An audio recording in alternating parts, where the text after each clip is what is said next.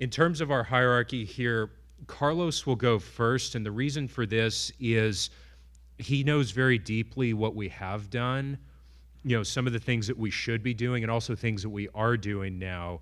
And then we move a little more forward-looking, and this isn't a dig on you, Carlos, just forward-looking in the sense of our ideas. Now I feel old.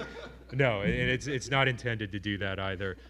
Sharlene's, I think much of what she's doing, it speaks to what we should be doing and what we're in some cases starting to do a bit of, and I think she's at the forefront of much of this. And then Maria's idea is something that we probably should be doing but isn't being implemented yet, at least in the state of Texas. And so, we'll be excited to do all those. And, without further ado, let's get started here. Sure, you bet. Thanks. It's a pleasure to be back up here talking about the economics, this time of surface water. Mine will not be a backwards-looking presentation. Actually, it'll be a discussion of what it would take, what are the elements that you need to consider to establish a proper water market in Texas? What are the things that have really gotten in the way? And if we are able to address some of those issues, then what you're going to hear, the innovative ideas you're going to hear, I think will resonate even more. We do have water markets in Texas, not many, but they do occur. I'm going to be also focusing on the Rio Grande water market, one that I had the pleasure of managing for some time, and to me serves as an example of the best water market in Texas and the reasons why. And then talk a little bit about the realities of why the markets have not developed elsewhere and the things that the legislature, for example, is doing, for example, with Senate Bill 1430, to try to free up the ability to create these markets. So with that, let's start with the simple stuff. What is it that you need to have a voluntary market take hold and actually be able to properly value or lead to the valuation of water? So that leads to also the proper conservation of water and the movement for water for best uses as well. Obviously, the easy stuff, the first one is you need to have a willing buyer and a willing seller. And each one of those has to have actual access to a water right.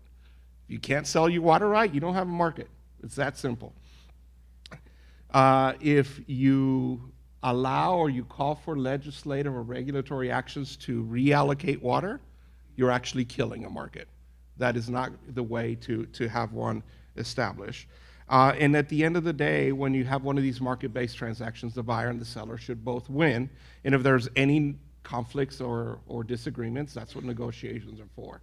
If you have those elements, then a market will be able to be established. But another thing that you need to have an effective market is you have to have a predictable and well-understood way of how water has been allocated.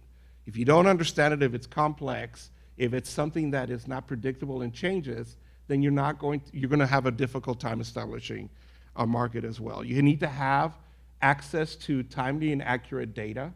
If I am a seller, I need to know quite certainly how much water I have, how much water I need for the needs that I want to maintain. At what price point does it make more sense to put some of my water up for sale because I'll get a better return? Does it make more sense not to plant crops this year because I don't have enough water to make an entire crop? And maybe if the market was right and the pricing indicators were correct, I could put the water up for sale. Those are the type of things that you need to have a market that will work. You need to have the ability to be able to sell your water without having to sell your land. Segregate the water out, separate out, and be able to move it. If you did those things, then we could just stop right now and say, that's what it's going to take to have a market. Let's all go home. Traffic is going to be bad. But the reality is that there's complexities. Look, we're talking about water. It's not that simple. Even if you put the economics into it, it is still a very complicated aspect. So let's talk about some of those complexities. And in this case, as we heard from our luncheon speaker as well, we're not unique. The Western states have similar complications, complexities as well. First, water is a public good. You have to deal with that. Water allocations are property rights. And if you try to do something to mess with property rights, I will remind you this is Texas, and we do believe very strongly in property rights. Once you give a water right to a user, they have a right to use that water as that permit authorizes.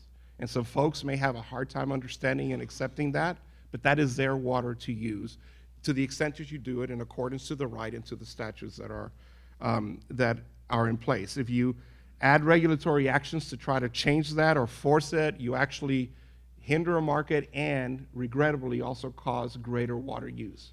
And that's never a good thing for a market. Water is not a standard commodity. It's not priced that way. It's not oil. It's not gas. It just doesn't work that way. Even within a basin, we can't agree on what the value of water is. And if you're talking, and some of this got sprinkled in some of the discussions earlier on about, when we're looking at a market on how to provide our water for future water supplies, the immediate thing that gets in the way is we're going like, but I don't want to pay that much more. Here is what I am paying for the water that I am using today. Well, here's the fact. You're paying what you're paying for the water because you already have it. The next source of water, the next segment of water you're going to acquire is obviously going to have an impact on rates. And not being able to recognize that can hinder the ability to establish a market. If we had water market transactions taking place, then they would help us set a better price, and that would incentivize further development of these markets. And even if we got rid of all of these complexities, and the sun is shining and everything looks good, you have a willing buyer and a willing seller, but you're too far away from an off-taker. Transportation costs can kill a market. If you do not build in or recognize that it may be more expensive to move the water from where it is to where it isn't than to actually acquire the water, you don't have a market. And so those things and innovative ways of being able to address that will assist. And then obviously there's the necessary permits and operation and maintenance that will come into place. And even if we got all of that out of the way, then we have the issue of reliability. Am I going to have access to the water that I'm buying? Is a drought going to get in the way? We heard a lot yesterday and we've heard a lot today about the junior provision. Not going to mince any words. I hate it. I think it is the worst thing that we could have done in the sense that it devalues water. You all know what the junior provision is? Everybody? Okay. Well intended. An area of origin needs to be protected. And the impacts that we cause to that area of origin need to be accounted for in the proper valuation and creation of a water market. But the junior provision does not allow that. It doesn't give you an incentive to go and invest in projects to be able to move water from where it is to where it isn't, because you're going to be the very first one that's going to be cut off. So that's another thing that comes in the way. And if that wasn't bad enough, we're not in our own universe. We do rely on neighboring states to share our water, and Mexico as well. And sometimes we have lack of compliance with either river compacts or international treaties, and that can also impact the reliability of water. And to the extent that that is an uncertainty, that impacts the ability to create a market as well. And then, I alluded to this, well, I didn't allude, I actually made a flat out statement about this, and I'll repeat it again. If we fail to recognize the real world impacts on our environment and our ecosystems by how we use and move our water, we cannot arrive at the proper valuation of the same. It is absolutely critical that that be included. And then on top of all of that, yes, in Texas, and I've said this many times, Texas cannot solve its water problems if it cannot move water from where it is to where it isn't. But you cannot do that without also recognizing the impacts that you're causing to the area of origin. We have done that in the past, and then we have not been so good at it. In fact, I think we could learn from other Western states, let's just put it that way, on how to better account for that. There is going to be an economic benefit for the receiving area. There is absolutely going to be an impact to the area of origin. And the sooner that we're able to account for and value what that impact is going to be and build it in, cook it into the transactions and to the market, the easier it would be to actually establish one and move that water around as well. When you're talking about the area of origin, you heard from the political panel yesterday about what it took to get Senate Bill 1 passed and how they had to accept a junior provision. I am telling you, I have seen those discussions. Nothing when it comes to water generates a more impassioned visceral response than when you start telling someone, I am going to move water from here to there, because at that point it becomes our water. And we heard earlier who actually owns the water. State water is owned by the state, and then it is owned by the water right holder. Groundwater is the property right. But when it becomes a regional action or a regional conflict, it becomes, why are you taking my water? And we've also heard the comments, Senator Brown yesterday mentioned that the premise of, if I don't let you move my water, the jobs will move here. It's not going to happen. So those things need to come into play as well. And then we also need to recognize the political and social barriers that will get in the way of creating the proper valuation of water and the establishment of markets. We all have interest in water, and because of that, we will all have competing views on it as well. And those can be pretty deeply held. You can measure it by some of the questions that the panelists have had as well. In order for the politicians and the legislature to be able to enact these laws, and I think Texas, it serves as a model on it. I think by and large, we've gotten it right more than we've gotten it wrong, but there's a lot of areas where we could improve. They need to have the political will behind them and the constituent support to be able to move these changes forward. And the one thing that we absolutely need to address is this lingering and inappropriate thinking that leaving water in the stream or allowing water to flow to the Gulf is wasted water. Again, when you do that, you are cheating yourself of arriving at the proper evaluation of water. And if you can't do that, then you cannot establish a market. So with that as a background, let me tell you about a program that works extremely well, the Rio Grande Water Market. Again, I had the pleasure of serving as water master for 9 years. I wish we had more water markets like that. And let me tell you why it is effective. Of all of the criteria that I've outlined, it checks all of the boxes. It has a well-defined process for water allocation. It has you can understand the reliability of its supply. Not intended to, but it does address environmental flows by the way the river is managed. And we all would wish it was more water, but at least it's better in flowing and the predictability of its flows through time. Transportation costs are none because the system pays for in-stream losses. That's cooked in to the water allocations. And because of the way that it is managed, there's no area of origin effect. So the water rights in the Rio Grande below Amistad are not based on the prior appropriation system, and that is probably one of the reasons why it works. It is based on priority of use. The highest use is given to domestic, municipal, and industrial uses, or DMI. In fact, in the Rio Grande, if you own a municipal water right and your city runs out of water, it will not be because the state failed to properly manage the program or the water master made a mistake. The water is protected for DMI users. It'll be because you just don't have enough water rights. It's that simple. I can't say that for agriculture. The second priority in the system is the system. The operating losses, the evaporation that's going to take place at the lakes. Anytime that you do anything with water, you're losing water. And when you convey it, the system accounts for all those losses. And so it doesn't come out of the user's account, it comes out of the system. And that's why it has a second priority. The last priority is agricultural interest. They take it on the chin where there's a water scarcity, but they also, in times of plenty, are able to make up for it. We allow them to get 141% of their water right to be able to replenish it. All water rights are based on actual storage in Amistad and Falcon. Above Amistad, from Fort Quitman to Amistad itself, it is prior appropriation, but the beauty of the whole system is that it is a closed system. Because we rely, or it is impacted by the treaty, you don't have the ability to move water in from other areas, because in essence you would be giving half away to Mexico. And water cannot be imported, and because of all those issues, you also don't have the junior provision of being able to move it. The ability that it is a closed system also allows you to have transactions take place much faster, and many times even without notice. The water master has relevant data available to himself as to who is actually using water. You cannot divert water on the Texas side without having first gotten authorization from the water master. And it is not an honor system. The folks are out there every day making sure that the folks are taking only the water that they were authorized to take. Each requester reports their diversions. They're measured against the account. If you ask for water and you fail to take it, guess what? There's a penalty to your account. You are charged 90% of the water you requested. So that prevent or doesn't help promote waste, right? If you're going to call for the water, you better have the ability to lift it.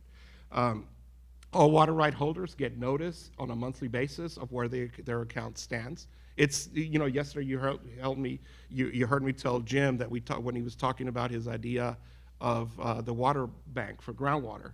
And I alluded to the fact that the Rio Grande kind of operates that way. Here, I hope you're seeing some of those commonalities, because the water master has data not only of the flows that are in the Rio Grande at any given time and who may or may not have had difficulty in lifting the water that they called for.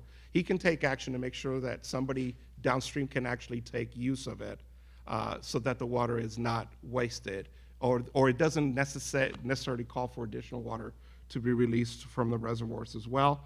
And if you're looking for who has water to sell, either wet water or paper transactions, the water master is a very good source of where that can come from.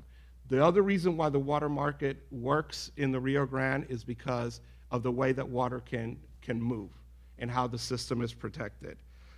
You can convert water rights from one type of use to another, and that is critical in the establishment market.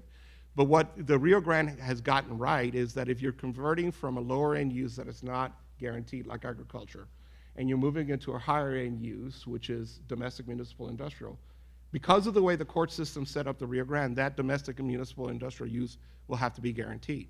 But that change, the conversion from one use to the other, is not a one-for-one. You are going to lose half of your value paper-wise in that conversion. That is good for the system. It's good for the environment, because it goes to trying to address wherever the Rio Grande may have been, and I believe it has, at times, been over-appropriated. Of course, if the lakes are full, then there's plenty of water for all the accounts, and then some. Again, the court established this as TCEQ rules dictate what those conversions are going to be, and again, that is what helps protect the system. You can sell paper rights as well. You can enter into wet water transactions, where if I am a farmer and I have excess water and you need it for your crop, and you call me up and say, hey, I'll take 100 acre feet of your water, I can sell it to you and it can be in your account by the end of the day. It's that fast, and that's why why that market works. But here's why it also is very protective. You are not allowed to buy 100 acre feet from me, for example, and I don't own any water rights, so I'm not selling anything. But you're not allowed to buy any water from me and then hold it speculatively with the idea of watching the price increase so you can sell it to Sharlene. That is not allowed, and I think that is needed to protect the system. You're also not allowed to buy more water than you were originally authorized to take, and here is the beauty of it. If I own a water right and the only thing I am doing with it is selling the wet water, that does not protect me from a cancellation. You still have to put it to beneficial use where I had it. Now, let's be realistic. There haven't been many cancellations in the state. In fact, I'm the last one that actually held a cancellation process, and that was back in 2001.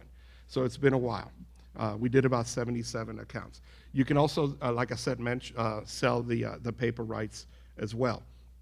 There are other considerations that come into play as well in the establishment of markets across the state. Clearly, I believe that because it is not based on a prior appropriation system, it helps create that market, but it doesn't mean that you could not do it in the other basins in the state. I think that you could, and in fact, there are other transactions that occur. I think that when we talk about transactions, let's not fall prey to the premise that if we simply count how many interbasin transfers we have, how many market transactions that occur, that represents that we have a healthy market in Texas. It does not. Some of those are already baked into the adjudication processes themselves, and some of them have taken place a long time ago. So it's not indicative of a true water market that exists today. I think that once we establish, if we're successful in establishing the proper valuation of water, it will lead to conservation and the easier exchange of these transactions to take place. Having said that, we also need to look for ways of diversifying our way of meeting our demands. We do an exceptional job in water planning in Texas, but there is a difference between planning and implementing, and we need to make sure that whatever falls off the table that couldn't get implemented, that we have a good plan B for that. And to the extent that you can do those in the lower basin, there are ways to try to benefit the entire basin upstream as well. For example, desalination along the coast and the ability to benefit the basin under Senate Bill 1430 that maybe we'll talk about a little bit more in the question and answer period is a way of doing it. ASR, being able to utilize sources of water to meet all of our demands, including, again, environmental flows, brackish groundwater desalination. All of those things will help us in the establishment and the protection of the markets that we're going to need to meet our future demands. I'll hold for questions. You bet.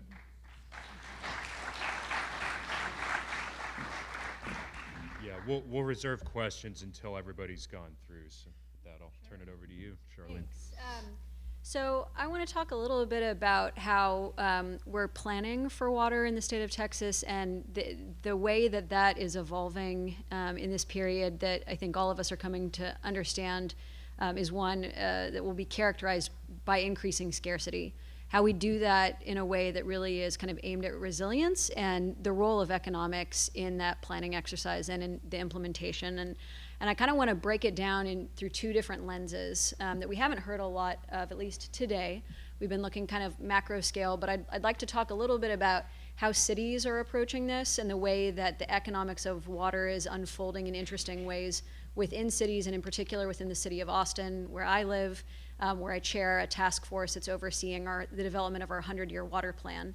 And I want to talk a little bit about how it's playing out on the ground with conservation groups who are looking at how we manage to provide water for the environment, given what's been laid out today around how much of our water rights have already been allocated without consideration of environmental need and the role that markets can play in that. So I'm going to kind of talk about everything in the kitchen sink. And we might get to kitchen sinks too, because we're talking about water, so we'll see.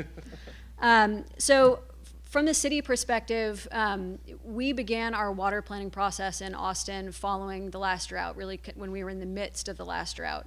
And I think we're a great example of how we are starting to look beyond surface water and groundwater as separate types of entities or systems, and how we are actively moving toward a practice of conjunctive management, whether any of us really call it that or recognize that that's what it is. So City of Austin, 100% surface water dependent. Our lakes went down to about a third capacity during the drought.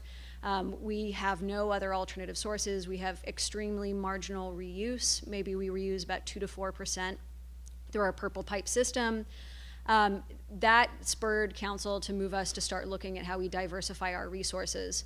And I think where we are now is in a place that may very well look like what many cities around the state of Texas are going to be doing in the coming decades. I certainly hope so, because I think it's the only way forward. And that's both going to be characterized by how we look beyond just how surface water or groundwater plays a role as singular types of resources, singular types of supplies, but actually how we adapt our existing infrastructure and our existing resources to be able to be conjunctively managed. And we've heard a lot about conjunctive management today, which is wonderful.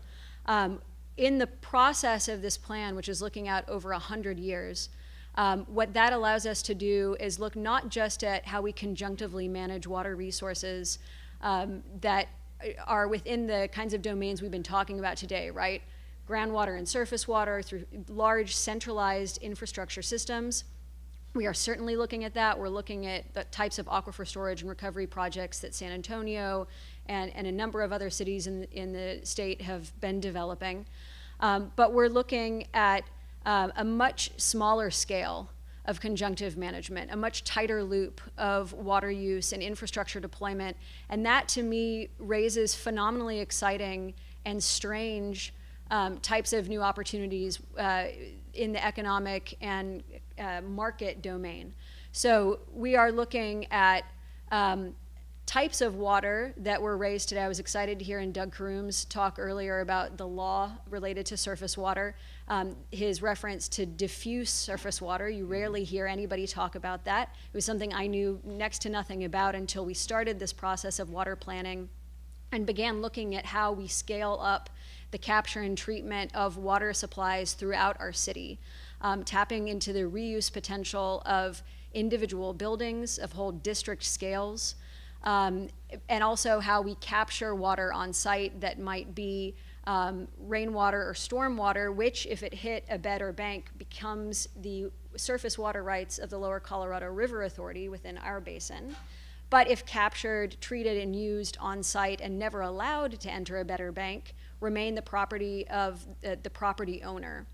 And so I encourage all of us, as we begin to think beyond kind of the traditional framework of how economics and finance influence what is possible with our water future, to look beyond the centralized scale of water management. When we talk about reuse, when we talk about water capture and storage and treatment, to really understand the opportunities that exist in a much smaller loop, closer to the point of use and closer to the point of capture. And I encourage you to do that, not only because it opens up whole new territories of types of water that are available in phenomenal volume within our cities, types of water like air conditioning condensate, where we have buildings in the city of Austin that are capturing today over 1 million gallons of air conditioning condensate a year and using it on site, right? Not marginal amounts of water, significant amounts of water. When we start to couple that in with on-site reuse facilities, what we're finding is that the economics of keeping that water as close as possible to its point of origin and its end point of use lowers the total cost of water to the end user to a point where it's actually on par with the cost of what they could get for combined water and sewer treatment today. So we're already at economic parity for those types of water in a way that we are just approaching economic parity or have just surpassed it with things like distributed solar. It's a really weird time in the water industry. We're seeing weird things happen in other cities around the world, places like Sydney and San Francisco, where this natural monopoly, this regulated monopoly of water provision within cities is actually being disrupted, and it's being disrupted because utilities are inviting their customers to disrupt their monopoly. They're recognizing that those economic efficiencies are something that their customers or third parties can actually provide within their service territory, and it can make their supplies more resilient. So that's a very strange thing. It's one that we don't hear much about, but to me it's an extremely exciting dynamic. I want to pivot now and talk about environmental flows, which I also think is another area where we're seeing some really interesting, innovative work happening that clearly intersects with the economics of water. And primarily today, the economics of surface water, but it ranges certainly into economics of groundwater, given the type of hydrogeology of the basin that you might be looking at. I run a project that's a consortium of a number of different organizations, including the Nature Conservancy and the Hart Research Institute, which you heard from today, Meadows Center for Water and the Environment, which I serve. And we have been looking at what we do to solve this issue of how we keep water in stream, both for the benefit of our rivers as well as our bays. Not only for the benefit of the environment, the types of species that are behind all the science that you heard about earlier in the SB3 process, but because the water that flows through those systems creates economic value for anybody who owns a house on a river, owns a house on a lake, likes to go sport fishing in the Gulf of Mexico. These are all things that create economic value as well. And you also heard from a number of speakers earlier that given the water allocation history within the state of Texas, that only about 10% of the surface water rights that are allocated have environmental flow conditions within them that would basically constrain when and how much you can divert based on how much water is flowing in stream. So with that as background and recognizing that there's tremendous economic value in those resources, we've begun looking at how we use voluntary market transactions to meet the needs of the environment, to actually make it of economic interest to water rights holders to make that water available. It turns out that Texas actually has one of the most adaptive and conducive regulatory environments to using the markets for environmental flow needs. And that's not by happenstance. It's because people like Larry McKinney, who you heard from earlier, and a number of others who were involved in the crafting of that legislation looked at a number of different states throughout the western United States and tried to figure out, why is it so hard for surface water irrigators in the state of Colorado to get paid to lease their water rights? Well, it's because of the unique process of permit amendments in Colorado that basically makes things sit in water court for 6 years. So how do we improve upon that, right? So it was intentional design. We have things like the Texas Water Trust, which you've heard about, which allows surface water rights holders to voluntarily transfer that right over to the trust held by the Water Development Board for water to be kept in stream. In-stream flows are a beneficial use in the state of Texas. That's not true in a lot of other western states. You can actually stack that on top of other beneficial uses like agricultural irrigation. And if you are a farmer, you can decide, if you enter into a season thinking that maybe you're going to plant cotton or rice, and actually it turns out that global commodity prices make that a pretty crummy decision in that particular year, here in the state of Texas, theoretically you can pivot and decide you're going to sell your water in that year, if you can make it your way through the permit amendment process and kind of get it cleared. And so that's one of the challenges that we have, is we're pretty quick in permit review, but maybe we're not quite quick enough to really allow those leasing markets to unfold. So that's kind of the things that are working for us in the state of Texas. How has this played out in other states? In other states, you've seen hundreds of millions of dollars of water transactions in the past 10 years that have been specifically for environmental flows. So not water transactions that are cities buying water for themselves, but strictly in the environmental flow market, you've had hundreds of millions of dollars flowing, making that water available for the environment. In the state of Texas, as of 2015, Westwater Research, which does like market analysis for water transactions, said that Texas had $20,000 worth of environmental flow transactions that had happened, from 2006 to 2015. So I think we're a ways away from actually tapping into the full market potential here. That kind of market transaction can look like any number of things. It can be contract water. It can be the outright purchase of a water right. It can be a temporary lease. It can be paying for an irrigator, as an example, to switch the source of water that they've been using to water their crops. It can be paying that irrigator to replace their crop to something that's more water efficient, and in so doing, getting the exchange of the water that they otherwise would have been diverting and consuming, right? So it can take all different types of shapes and sizes. What we have learned as we've been going through this process is that while there's immense opportunity within the agricultural community for us to free up water through voluntary transactions, that actually the further down into our basins that you get, the more that the market structure, the actual allocation of surface water rights, begins to narrow that opportunity in a way that actually makes it a viable path forward for securing the type of water, the amount of water you need, especially for bay and estuary inflow. And because of that, I think it really drives us toward a place that's going to have to be much more innovative, much more focused on how do you work with municipal and industrial customers who tend not to have been the counterparties to most environmental flow transactions in the United States just because of the structure of the market and where water rights are held. It means that we have to start looking creatively at things like project finance as more systems are moving toward ASR, incurring other types of infrastructure costs to get secure, resilient water. We're having to look at how might you participate in making that sort of project real and economically feasible for an entity in exchange for water being made available to the environment. So I think we're moving in incredibly innovative directions.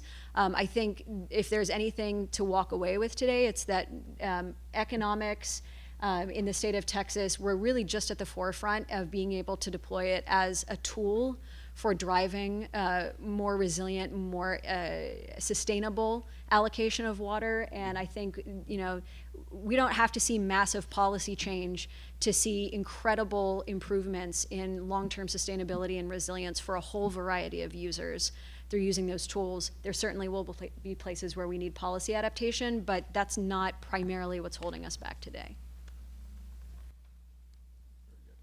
Thank you.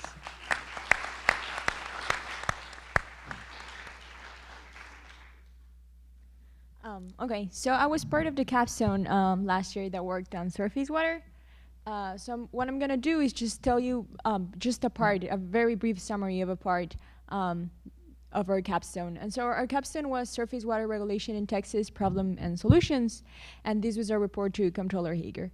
And so first of all, we basically found two big problems. One was a water allocation problem, and the second one was a water price problem. And so we've been talking about water allocation a lot these 2 days, but how we kind of imagined it is that basically water is trapped in three ways, preventing its highest and best use. And so for us, we came up with this idea of like, we just have a bunch of beavers like creating dams, preventing water to go into it, to its highest and best use. And so the question became, well, who are the beavers, right? What is creating these or preventing water from moving? And so for us, it's just a combination of a bunch of regulations that are preventing water from moving. And so what are the three ways that water is not moving? Again, we've talked a bunch about it today, I guess. Just there is no really conjunctive use between ground and surface water, so I'm not gonna talk about it. The second way is that we've also talked about this a lot, is that surface water doesn't move between river basins. And this is basically because of the junior rights provision, right? And so we would expect that we could move water from a region that has a lot of water to a region that has that doesn't have a lot of water, and yet we don't really see these happening. And then finally, even within the same river basin that we would expect more transactions or water movements, we also don't see that happening. And so, for example, if the permit holder A would like to sell it to B, he can't do it automatically. He has to go through TCEQ and go to the permit amendment. And so that just takes a lot of time. And perhaps a good example of this is the Farm Bureau case in 2011. Perhaps some farmers would have been interested in selling their water to cities that were desperate for water. But this didn't happen. And so TCEQ had to basically override the seniority of some of the farmers to allow cities, and then this became a huge case, which, since I'm not a lawyer, I'm not going to explain it, but I guess it was a really important case that really shows that it's not happening. We're not seeing water move even within the same river basin. And so for this, we explored in our capstone 2 solutions. The first one is to allow an effective water market. And I'm not going to touch on this because Carlos was really the expert, and actually he helped us a lot through our capstone for this part. So I'm not going to talk about it. But then we started thinking, since there is a lot of steps that need to be taken, or a lot of things that we need to do to get to a market, what happens if we don't get a market? Or what should we do until then? And so we started having the conversation about how about implementing a water conservation fee. And that's what I'm going to talk about today. So water conservation fee arises from basically a solution to the problem that water prices are artificially low and inflexible. So this graph really shows a story here. So the blue line that you see there is the Palmer Drought Severity Index, which is, as it's in its name, it's a drought indicator. And so when it takes positive and high values, it means that there is a lot of water available. And when it takes negative and low values, it means that there is not a lot of water. Basically, we're in a drought. And so as you expect, this index varies a lot during time. And as you can see, during 2011, the drought record, we just see a really low negative number of the PDSI there. And then the orange line, we just took that, the Lower Colorado River Authority water rates just as a proxy of prices.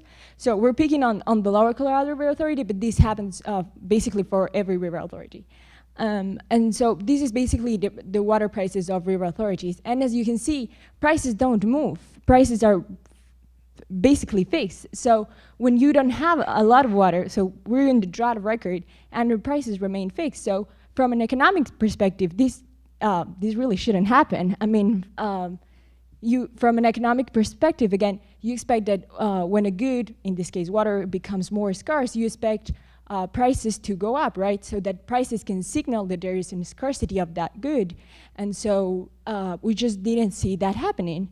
And then what's perhaps even more interesting, if you see in 2015 when the PDSI takes positive values, which means that we were on a good wet year, then the prices increase. So there's really no synchrony between water availability and prices, which is what we would normally expect from an economic standpoint. So,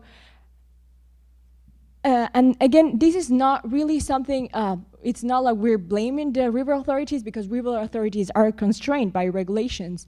And so their price have to be regulated. And so basically their hands are tied, and it's not like they can move the prices as water becomes more scarce at that point.